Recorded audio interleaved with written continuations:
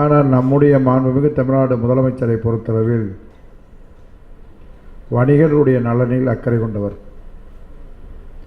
அது எதுவாக இருந்தாலும் அவர்களுடைய சொல்லக்கூடிய கோரிக்கைகள் வணிகர்களுக்கு பயனுள்ளதாக இருக்கக்கூடிய எந்த கோரிக்கையாக இருந்தாலும் அதை நிறைவேற்றி கொடுப்பவர் முத்தமிழறிஞர் தலைவர் கலைஞராக இருந்தாலும் இன்றைக்கு இருக்கக்கூடிய நம்முடைய திராவிட மாடல் ஆட்சி செய்யக்கூடிய தமிழ்நாடு முதலமைச்சர் அவர்களும் முன்னின்று நிறைவேற்றி கொடுத்திருக்கிறார் என்பதனை நான் இங்கே தெளிவாக சொல்ல இருக்கிறேன்.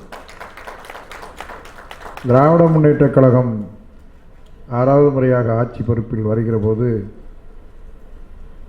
வணிகர்களுடைய சங்கத்தினுடைய உறுப்பினர் 44,000 பேர்.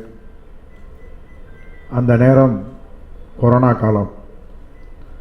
அப்போது வரி செலுத்துவதற்காக சில மாதங்கள் நீட்டிப்பு கேட்டிருந்தார்கள். அதையும் நம்முடைய முதலமைச்சர் செய்து கொடுத்தார். அப்போது உறுப்பினர் சேர்க்கக்கூடிய காலத்தில் நீங்கள் உறுப்பினராக சேர்ப்பதற்காக 500 ரூபாய் கட்ட வேண்டும் என்ற விதி இருந்தாலும் அதை தளர்த்தி நீங்கள் உறுப்பினர் சேர்ப்பதற்காக ஆணை பிறப்பிக்க வேண்டும் என்று நம்முடைய வர்த்தக சங்கம்தான் கோரிக்கை வைத்தது.